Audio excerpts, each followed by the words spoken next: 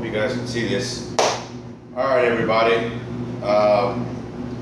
Been meaning to get around to this, and I have not.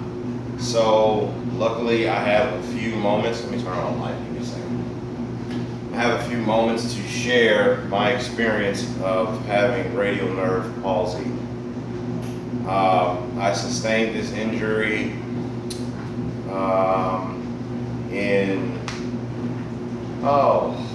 should have been December of 2013. I didn't have surgery on it until November of 2014, which was just like 4 months ago or so, 4 or 5 months ago or so. So, a little background on myself. I'm a sailor. I'm in the United States Navy.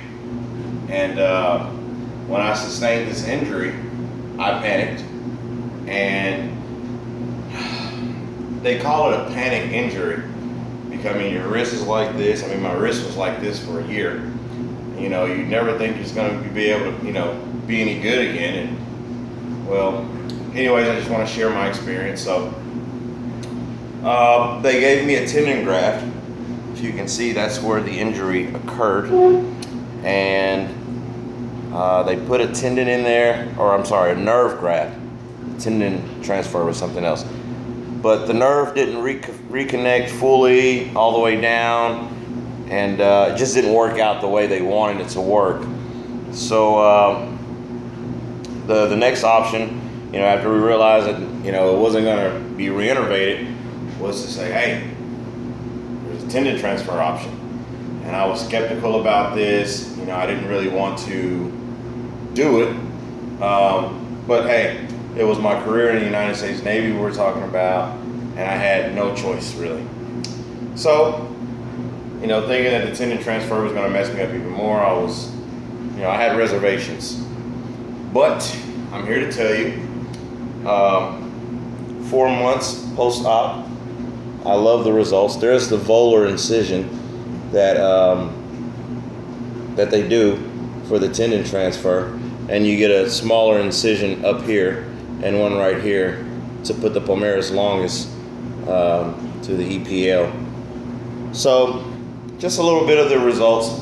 I mean, obviously, radial nerve palsy is your wrist is like this essentially, and you don't have much movement. Let me make sure this camera's good. And you don't have much movement either way. So they took my pronator teres, this muscle right here that kind of does that to the wrist. It's a pronator, and they moved that to my wrist for extension. And they took my palmaris longus, this muscle right here, this tendon right here, and put it to the thumb, which is the EPL. And the FCR, which is the other muscle right here, they took it right here to get some digit extension. So, as you can see, 4 months post-op, and the movement is incredible. How I understood it was that, one tendon was connected to all the fingers, but you'll get individual movement back, and thumb comes all the way up. That's a big deal, And yesterday I shot a basketball, so full range of motion. It's stronger in some aspects. I'm right-handed, so I really pushed it to get it to where I want it to be. Yeah, guys, so I would say if you got radial nerve palsy and it's not looking up for you, you did a nerve graft, I would say do the tendon transfer, man. Worst thing that can happen is, it doesn't work and you're no better off than you were. But that's my experience.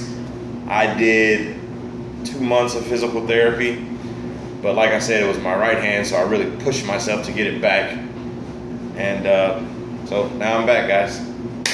Thanks.